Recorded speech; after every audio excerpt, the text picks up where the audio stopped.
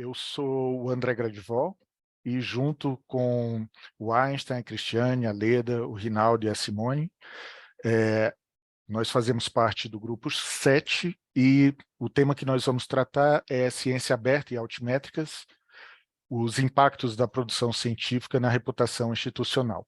Nós somos professores, pesquisadores, funcionários da Embrapa, da Unicamp, da Unifesp e da Federal do Amazonas. Bom, a agenda da nossa apresentação é a seguinte: a gente vai falar brevemente sobre o que é ciência aberta. Em seguida, a gente vai traçar um paralelo entre as métricas acadêmicas tradicionais e as métricas alternativas.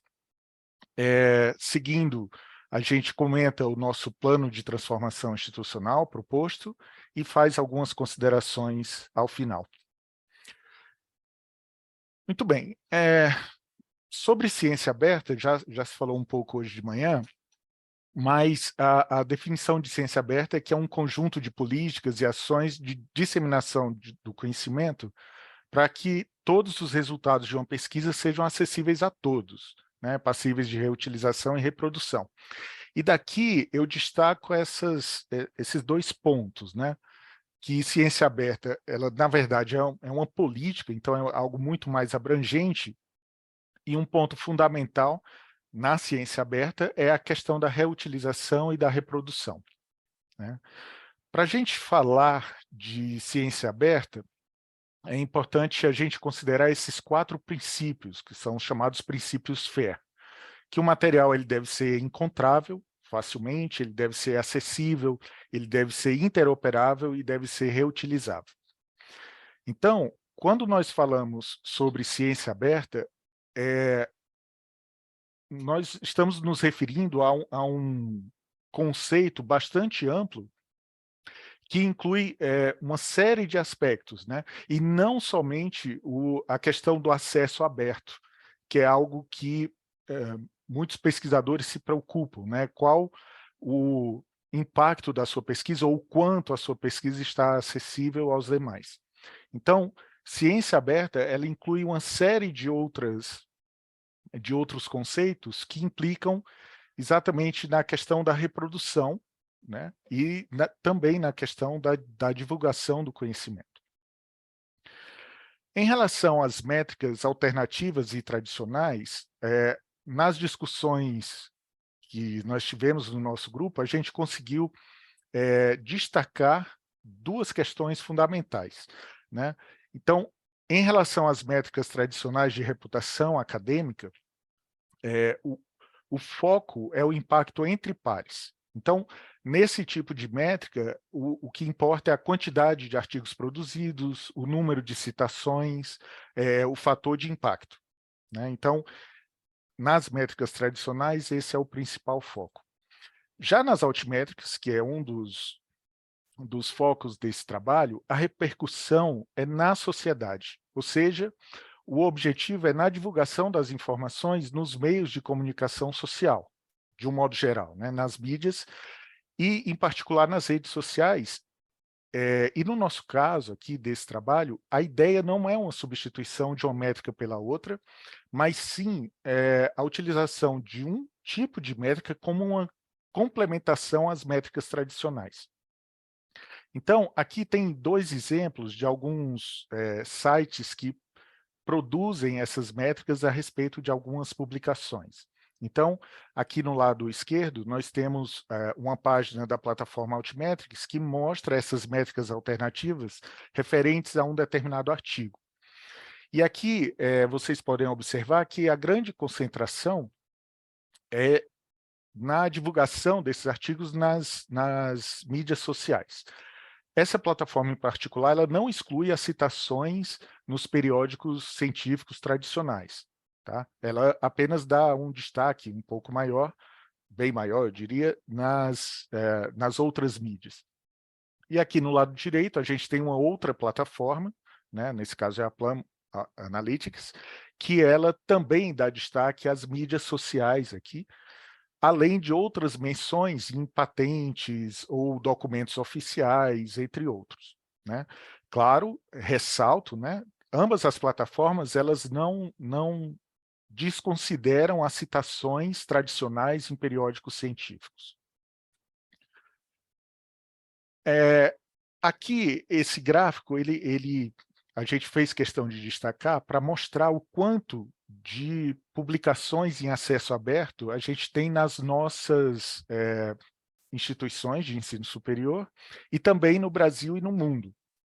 Né? Então, aqui a gente tem, por exemplo, a Embrapa, a Federal do Amazonas, Unicamp, Unifesp, o Brasil e o mundo. Então, a gente pode observar que enquanto o mundo cresce um pouco, né, nessa vontade de publicar em acesso aberto, infelizmente, o Brasil ele ainda está caindo aqui um pouquinho.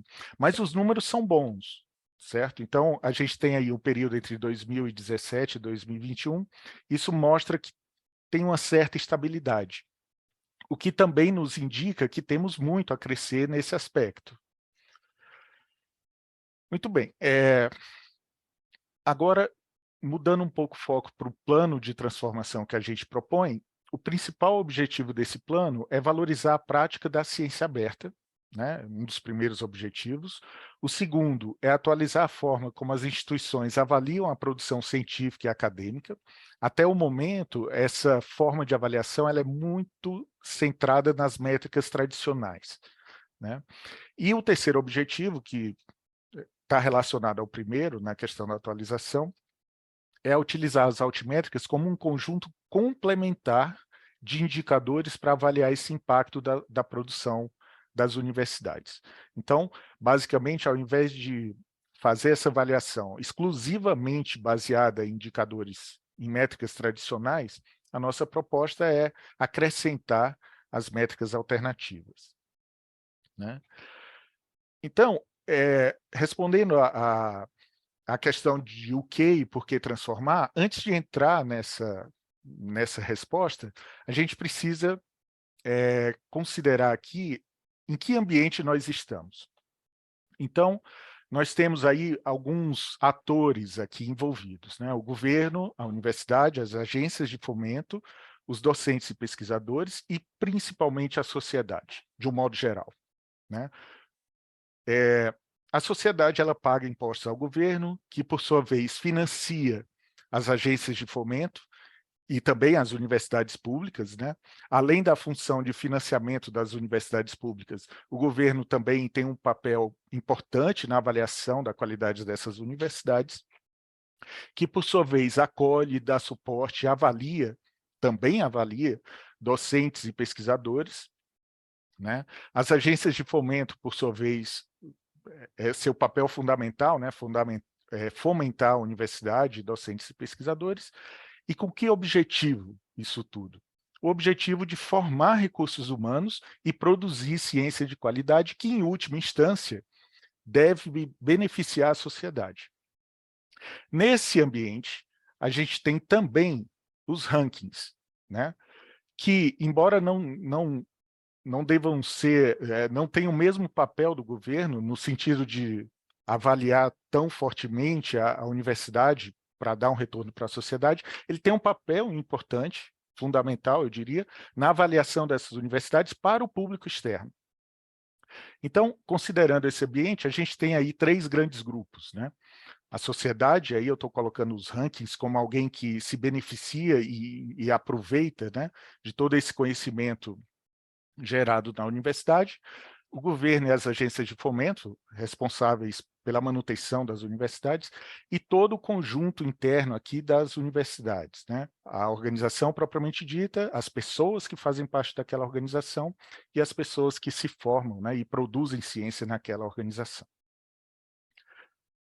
A segunda pergunta que nos norteou foi como transformar. Então, a gente propõe aí 9 ações iniciais, né, para ampliação desse incentivo à prática da ciência aberta, que começa com uma avaliação do cenário, né, saber quantos docentes conhecem, quantos pesquisadores conhecem as práticas de ciência aberta, etc., né? Seguindo por uma ampliação da parceria com editoras para a publicação dos artigos em acesso aberto com custos menores. A gente sabe que os custos para a publicação eles são muito altos e desestimulam esse tipo de publicação, né? Seguido pelo fomento à divulgação das publicações em blogs, redes sociais e sobre a produção acadêmica, né? Uma promoção de uma maior interlocução com os canais de divulgação local, regional e nacional, né? Incremento da citação das pesquisas em outros meios de comunicação, além dos periódicos científicos, além dos avanços nas políticas institucionais, concepção de políticas regionais e locais para avaliação de docentes e pesquisadores, e criação de políticas nacionais de avaliação dos programas de pós-graduação que agreguem o uso das altimétricas, né? Quem transforma? Então, esse processo de transformação ele deve nascer a partir de um grupo de trabalho institucional que pode elaborar uma proposta de adesão, né? E reunindo pontos de convergência e entendendo pontos de divergência na adoção das melhores práticas de ciência aberta. Em seguida, um colegiado superior aprova essa política institucional de ciência aberta e estabelece estruturas de apoio a essas práticas, né? Depois, a instituição fomenta a adoção de práticas de ciências abertas pelos pesquisadores, né? E com o objetivo de tornar mais acessível todo o produto do fazer científico. E, finalmente, uma equipe de monitoramento ela é responsável por essa coleta de dados, análise de resultados, preparação de relatórios para reorientar esse grupo de trabalho institucional para, sempre que possível, atualizar essas políticas. Quando transformar, né? Então, o cronograma que a gente discute e prevê é composto pelas seguintes fases. Elaboração de enquetes e questionários para avaliação da situação atual, seguido, com base nos dados que obtivemos na primeira fase, né? Discussão sobre a adoção de políticas para incentivo à prática, depois, discussão sobre a utilização de altimétricas para medição do impacto, a implementação de políticas propostas e utilização de ferramentas, e, finalmente, a avaliação das políticas propostas e das métricas adotadas. Quem monitora? Né? Então, a proposta que a gente faz para monitoramento e comunicação, ela inicia com o desenvolvimento de um dashboard, né? Dashboard é um painel de controle para apresentar todos esses dados, os dados que pudermos coletar, sobre a adoção e impacto monitorados ou obtidos pelas ferramentas de altimetria, e não somente essas ferramentas, né? Outras também. Nesse mesmo site, ou nesse mesmo dashboard, haveria um espaço para divulgação de políticas e de fluxos de processos de monitoramento, seguido também, né, consequentemente, com a apresentação nos diferentes fóruns institucionais, análises políticas e os benefícios da política, e também a coleta de informações sobre as observações de cada grupo envolvido. Então, para finalizar, nas nossas considerações finais, as nossas expectativas são que a adoção desse plano possa levar a um aumento da reputação institucional, não apenas nos rankings, que eu acho que são importantes, mas principalmente na sociedade. Então, a sociedade ela precisa conhecer melhor o que se faz na universidade, de preferência com linguagem simples e acessível. Outra expectativa é que as instituições, tanto públicas quanto privadas, possam dar à comunidade uma resposta concreta para o investimento que de fato é feito nas instituições de ensino, e, finalmente, que as pessoas que produzem conhecimento sejam reconhecidas pela sociedade, pela pesquisa que elas desenvolvem, né, e também pelo impacto dessa pesquisa na sociedade, e não somente pela quantidade de artigos publicados em periódicos, que é algo restrito apenas à comunidade científica, né? Então, agradeço a todos e me coloco à disposição para esclarecer quaisquer dúvidas. Muito obrigado, André. Muito obrigado a toda a equipe que você integra. A palavra está inicialmente para os integrantes da equipe que preparou esse trabalho, relatado pelo André. Em seguida, a professora Débora Chade, que também acompanhou esse trabalho, e, em seguida, comentários que poderão vir pelo chat. Bom, boa tarde novamente aos integrantes, parabéns pela apresentação, pelo preparo do documento, né? Assim como o grupo anterior, foram documentos desses dois grupos muito fácil de ler, de navegar por eles, né? Então, acho que o que a gente faz aqui é a trocar ideia em função desse momento e desse amadurecimento, né? Então, assim, o que eu entendo, e agora também na apresentação de vocês, eu acho que eu coloquei um pouco isso na avaliação, eu vejo o plano de vocês como um plano de implementação e de incentivo ao uso da ciência aberta, né? Então, eu fiquei muito feliz de olhar isso também, de poder, né, ver algumas ideias que vocês colocaram, porque nós estamos justamente fazendo isso, né, na USP, que é tentar fazer um plano, um roadmap para a implementação de fato da ciência aberta, porque uma coisa é a gente incentivar, né? E a outra coisa, acho que é implementar de fato, é como cumprir cada daquelas determinações que, de fato, colocam a ciência aberta em funcionamento, né? Então, eu vejo esse plano exatamente dessa forma, assim, como um plano de implementação, né, de incentivo à ciência aberta na instituição. Então, uma coisa que ficou um pouco ainda para mim na apresentação e que eu tinha colocado é que quando eu vejo o título, né, do trabalho de vocês, Ciência Aberta e Altimétricas, Impacto na Produção Científica e na Reputação Institucional, eu ainda me parece que assim vocês trariam alguma comparação, por exemplo, né, alguma comparação entre o uso das métricas, vamos dizer assim, tradicionais, né, e algo que também foi comparado utilizando as altimétricas, um pouco como a figura que você colocou no início, né, e que nos mostrasse essa diferença, porque, né, no trabalho como um todo, eu acho que vocês focaram bastante na implementação da ciência aberta e trouxeram a altimétrica como, né, algo acessório, vamos assim dizer, né? Mas quando a gente olha o desenrolar do trabalho, a gente entende que isso seria trazido de uma forma mais robusta, né? Então, assim, é a única colocação ainda que eu trago, né? Então, eu vejo o plano, eu gostei muito como uma proposta para a implementação da ciência aberta como um todo, mas na forma como ela foi colocada no título e nos objetivos, né, eu achei que isso não foi resgatado ao longo do trabalho, da mesma forma agora na apresentação, o que não é demérito nenhum, né? Porque o plano é muito bom para a gente aproveitar agora né, na implementação da ciência aberta, mas eu acho que ele poderia ter sido um pouco mais focado na questão do título e do objetivo, né, dentro daquele traz. Acho que era um pouco isso. Muito obrigado, professora Débora.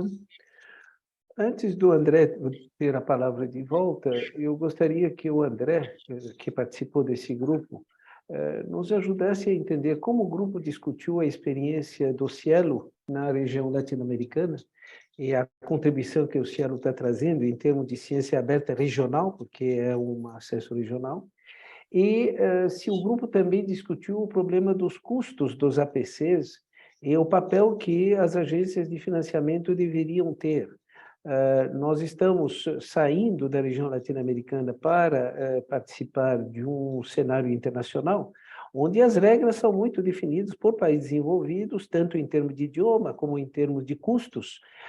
Se vocês discutiram isso para nós não ficarmos excluídos, quer dizer, integrados na América Latina, mas excluídos do resto do mundo.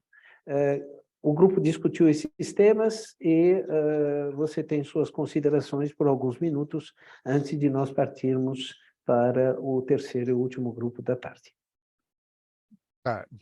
Bom, antes de mais nada, eu queria agradecer à professora Débora, porque os comentários no nosso texto foram muito relevantes e nos ajudaram a tentar dar um foco maior em altimétricas, embora originalmente essa tenha sido a ideia, depois divergimos um pouco e, enfim, e no final chegamos a esse trabalho, mas as observações elas foram muito pertinentes.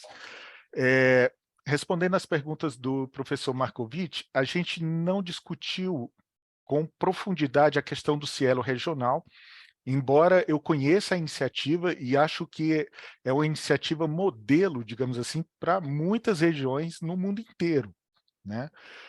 Mas, infelizmente, a gente não discutiu a fundo a questão do Cielo regional. Porém, a questão das APCs foi muito discutida pelo grupo. Inclusive, em algumas discussões, isso estava tão presente que a gente estava meio que desconsiderando outros aspectos da ciência aberta. Então, o acesso aberto e as eventuais rotas de publicação que envolvem investimento, seja das agências de fomento, ou às vezes até do pesquisador particular, né? Isso é algo que realmente é um impeditivo muito grande para se fazer ciência aberta, né? Felizmente, aqui no Brasil, a gente, e também por causa da Cielo, a gente tem algumas facilidades na publicação de acesso aberto, né? E, bom, são essas as minhas considerações, mas eu não queria falar sozinho, queria que os outros membros do grupo também contribuíssem. Muito obrigado, especialmente dada a diversidade do grupo, quer dizer, temos Embrapa, temos universidades, se alguém desses integrantes querem trazer a realidade da sua instituição, nós temos alguns minutos. Simone, você pediu a palavra é sua. Obrigada, André, parabéns que apresentou nosso trabalho. E eu acho que a discussão ela foi muito além disso, né? Porque a própria ferramenta de Altimetrics ou de acesso aberto, ela é paga, né? Então, tem um componente institucional muito grande. Então, na verdade, o que a gente discutiu muito seria qual o papel da instituição de selecionar as ferramentas, tem que ter um investimento, e das instituições, juntamente com as agências de fomento, negociarem formas de pagamento, né? Então, e a gente viu realidades muito distintas. Então, eu estou na Unicamp junto com o André, mas as nossas instituições são muito variadas, e a gente viu que tem ferramentas distintas e abordagens distintas de acordo com a instituição, né?